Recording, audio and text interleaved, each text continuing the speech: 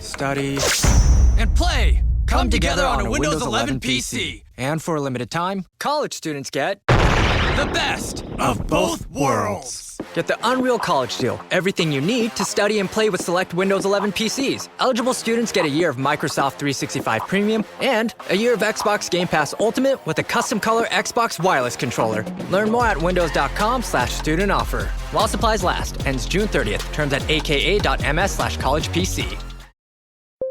When you need to build up your team to handle the growing chaos at work, use Indeed Sponsored Jobs. It gives your job post the boost it needs to be seen and helps reach people with the right skills, certifications, and more. Spend less time searching and more time actually interviewing candidates who check all your boxes. Listeners of this show will get a $75 sponsored job credit at Indeed.com/podcast. That's Indeed.com/podcast. Terms and conditions apply. Need a hiring hero? This is a job for Indeed Sponsored Jobs.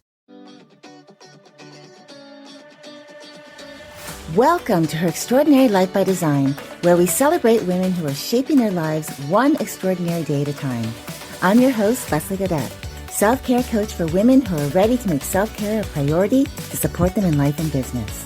Every week, I'll be speaking with inspiring women from various walks of life who will share their personal journeys and will discover how they have fearlessly carved their own paths as business owners, passionately pursuing their dreams and creating a meaningful impact on their communities.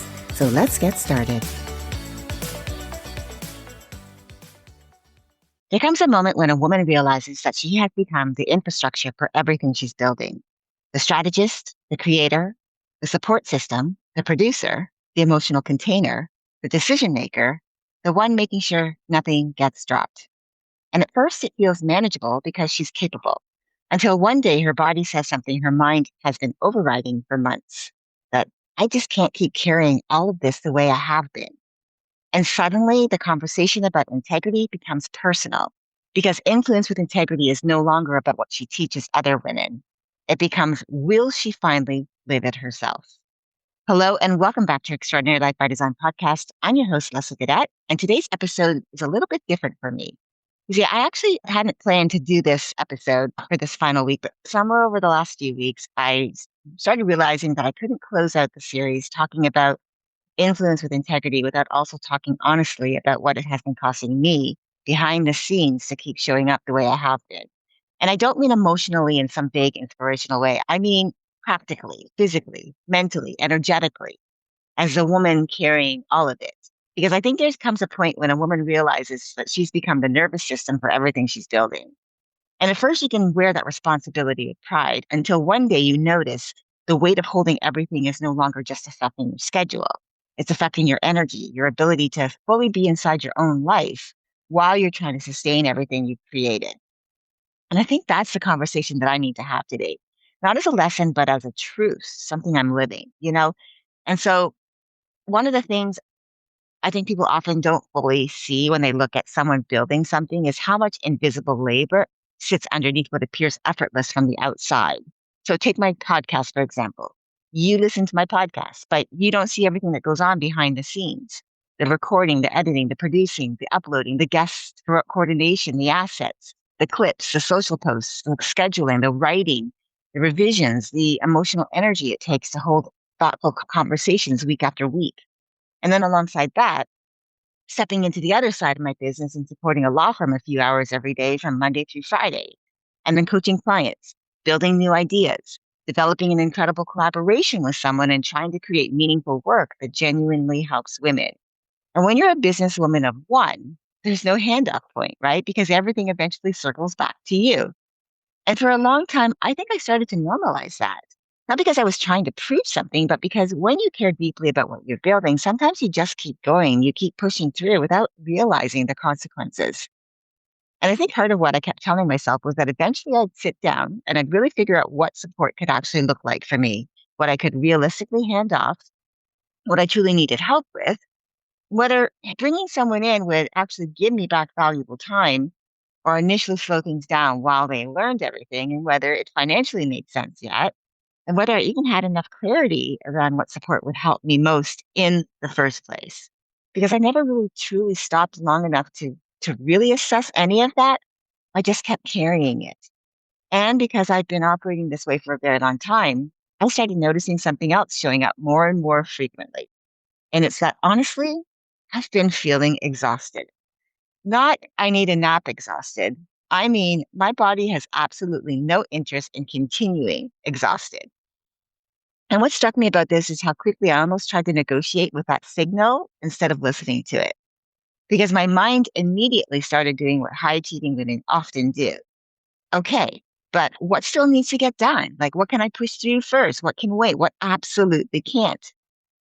And then something inside me realized that this is the exact conversation I teach women not to override. And that hit me hard because if I'm teaching women to listen to themselves, to honor their capacity, to stop abandoning themselves in the name of productivity, then that means I can't ignore my own signals while asking other women to respect theirs. And so for the first time in a very long time, I stopped.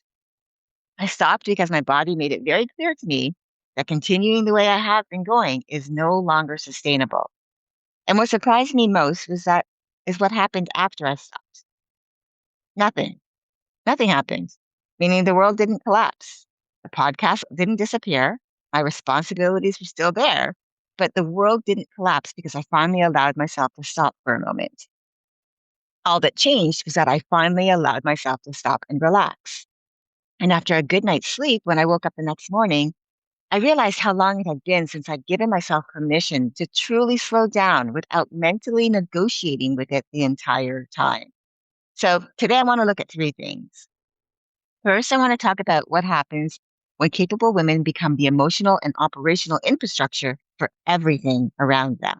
Because I think too many women don't realize just how much they've been carrying until their body finally interrupts the momentum long enough for them to notice it. And I think there's a difference between building something meaningful and slowly disappearing underneath the weight of sustaining it, of trying to sustain it all alone. And then I want to talk about the signals, not the dramatic breakdowns people talk about afterward, but I mean the smaller moments, the quiet exhaustion, where you stop noticing how depleted you actually are because you become so accustomed to functioning through it. The resistance, the inability to mentally keep pushing, the moments where your body starts asking for something that your ambition to keep moving keeps trying to negotiate with. Because I think many of us who are high achievers have become highly skilled at overriding ourselves while calling it being responsible. But eventually, the body stops participating in the negotiation. And then finally, I want to talk about what happens when the things we teach others eventually asks something of us personally, not just in how we show up for others, but in how willing we are to honor ourselves too. Because I think there comes a time where the gap between what we teach and how we're actually living becomes impossible to ignore. A decision to recognize I can't teach women to honor themselves while continually abandoning myself in the process. And I think that realization is what matters most. And so that's what I want to talk about today. My lived experience over the past several months, since last summer, really, and why I've started realizing that I can't continue teaching women how to honor themselves while continually negotiating with the signals asking me to do the same. You know, I think one of the most deceptive patterns that we can fall into is this idea that rest will come later. Like we have to prove it to ourselves that we can take the time, that we can make time for ourselves. And I think what makes that so dangerous is that somewhere along the way, we start believing that everything depends on us continuing to carry it. Because when you're the woman holding everything together alone, rest can start feeling emotionally unsafe somehow. Like if you stop, who picks it up? What slips? What slows down? What disappoints someone? What falls through the cracks? And eventually you stop asking, what do I need? And you start asking, what still needs me? What still requires me to show up? What can't afford for me to stop right now? And I think that's a pattern that I've been living inside of for far too long. And I know I'm not alone in that. I think we can sometimes convince ourselves that what we're doing matters more than what it's requiring us to sacrifice in the process. And we can live inside that pattern for so long that we eventually stop recognizing the difference between devotion and depletion. Because your nervous system becomes so accustomed to carrying, producing, managing, solving, supporting, and holding everything together that stopping starts feeling unfamiliar. And I think that's where I got trapped without even realizing it. Because externally, it can still look like capability, responsibility, commitment. But internally, I was functioning inside a relationship with myself that no longer had enough room for my own humanity inside it. And I think the hardest part about patterns is that they don't always immediately provide red flags, right? A lot of the time it can look and feel like commitment, responsibility, dedication, capability, because life is still functioning, things still get done, people get supported, the work still moves forward. But eventually something starts to change. At least that's what I found in my own experience. Because for me, the first cost was present. Because although I still technically showed up to all my responsibilities, I wasn't always fully present inside them emotionally. And I started realizing that I could still record my podcast even when I was exhausted, that I could still create content although I was feeling depleted, and that I could still serve in my exhausted state. Maybe not at the highest level that I'm capable of, but from the outside looking in, it might have looked like I had it all together, right? But internally, I knew it wasn't the case. I could feel it because I know the difference between when you're creating from fullness versus survival. And I think I started to feel that difference in myself starting last summer. And I realized that something had to change, that something had to shift, but I couldn't quite put my finger on it. And partly because I was dealing with some very personal and emotional things that were going on in my life at that time, but also, and still, even today, some of those things are still happening, but also because I started to feel like I had lost direction. Like I started questioning, what am I even doing? Like, do I even want to do this anymore? And I'm sure, in fact, I probably could say this with certainty that I'm not the only one who has ever felt this way. But it doesn't make it feel any better just because I know that I'm not the only one. I started really thinking about the direction of what I'm doing. Like, where is my life aimed at? Like, if I were to get to the end of my life, would I look back and be content with what I had done? Like, what's my legacy? And I started thinking that I want my calling to be clear, to mean something. And that's why integrity for me is so important and why it's my first core value, which is why over these past few months, I started realizing that I've kind of been burning the candle at both ends. And there's something deeply painful about realizing that you started overriding the very truths that you teach other women to honor when you do it gradually and over time through accumulation of pushing through, of doing all the things by myself, through constantly choosing just one more thing, just one more week, just one more push, until eventually my body became the thing carrying the consequences that my calendar refused to acknowledge. And I think that's the moment this conversation became real for me because integrity was no longer theoretical at this point. It shifted into, will I finally stop negotiating with what my own life has been trying to show me?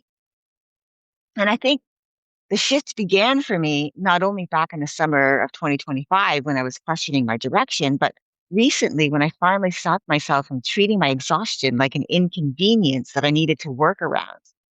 The moment I stopped arguing with what my body has made very clear to me, the moment I realized that I can't continue building meaningful work while treating my own humanity like the least important part of the equation. And for me, that realization wasn't just emotional at first, it was physical. I simply had nothing left to give. And instead of pushing through it the way I normally would, I listened. And what became visible from that rested place was something I couldn't fully see while I was inside the momentum.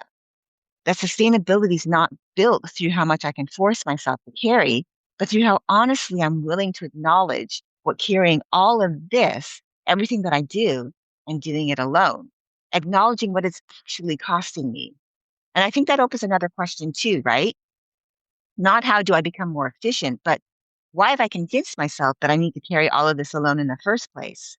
Because I think as high achievers, we're extraordinarily comfortable being dependable, right? But sometimes I think we're deeply uncomfortable being supported. And so I want to leave you with this today. Where in your life have you become the infrastructure for everything without fully acknowledging what holding all of it has been costing you? Where have you normalized depletion because responsibility felt more emotionally comfortable than asking for support? And where might integrity be asking you not to push harder, but to finally become honest about what you need too? And honestly, I think conversations like this matter because many women are holding far more privately than anyone realizes, especially women who are usually the strong ones, the go to people, the thoughtful ones, the reliable ones, the ones that support everyone else. And I think part of healing the trust fractures that we've talked about this month also requires women having places where they can speak honestly about what leadership, influence, responsibility, pressure, and capability and capacity actually feel like behind the scenes, which is one of the reasons why I've been talking about what I've been building, something that I've been talking about for the past several weeks, the faceless and nameless gatherings, where you can come exactly as you are, no faces, no names, no titles, no pressure to sound polished. Just honest conversations about what it means to carry a lot while still trying to remain connected to yourself underneath it all. And we're doing it together. And so if this conversation resonated with you today, if some part of you recognized yourself inside it, maybe you have a similar story to mine. I'd love to know whether this is something you would want to be a part of. So you'll find my email in the show notes. And if it speaks to you, if the faceless and nameless gatherings speaks to you, just send me an email and say yes to the gatherings. That's it. Nothing complicated, just an honest response. I think one of the most important realizations that I've had this month is that influence with integrity isn't about presenting yourself as someone who has mastered everything, right? It's about being willing to live honestly inside your own humanity while you're still learning too. And I think as high achieving women, we sometimes forget that because we've become so accustomed to being capable that we stop noticing when capability slowly turns into chronic self abandonment. And I don't want to teach women how to trust themselves and take care of themselves while privately ignoring myself. I don't want to encourage women to honor their energy while continually overriding my own. And I don't want to speak about self trust, alignment, capacity, and integrity as concepts without also allowing my own life to reflect those truths too, even if I do it imperfectly, especially imperfectly. Because influence with integrity for me isn't always about getting it right. It's about being willing to recognize when something inside you needs your honesty more than your performance and having the courage to listen. And if you have those signals, don't ignore them because ignoring your signals will only have you having to face them when you're forced to later. Thanks for spending time with me. Until next time, keep dreaming, keep believing, and keep designing your extraordinary life one day at a time. Thank you for joining me on Her Extraordinary Life by Design. I hope you've been inspired and empowered by the incredible stories shared on this show. If you enjoyed this episode and the conversations we've had, I would greatly appreciate if you could take a moment to leave a review. Your feedback and support mean the world to me, and it will help others discover the podcast and join our empowering community. Remember to hit the subscribe button so you never miss an episode. Together, we can continue to learn from these amazing women, uncover their extraordinary journeys, and be motivated to create our own lives by design. Thank you again for tuning in. Until next time, stay empowered and keep shaping your extraordinary life one day at a time.